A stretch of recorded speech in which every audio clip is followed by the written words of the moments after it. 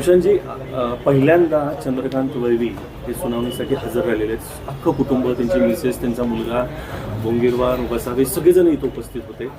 आतमध्ये सुनावणीमध्ये नेमकं काय घडलं ते सांगा.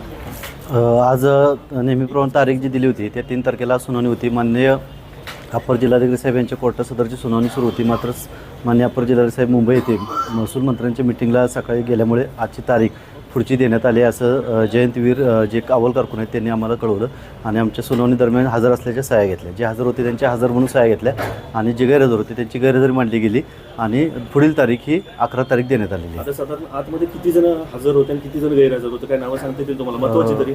अनिल वसावे होते, त्यांच्या पत्नी होत्या, चंद्रकांत वळवी त्यांच्या पत्नी, त्यानंतर पियुष बोंगीरवार, असे 8 जण होते.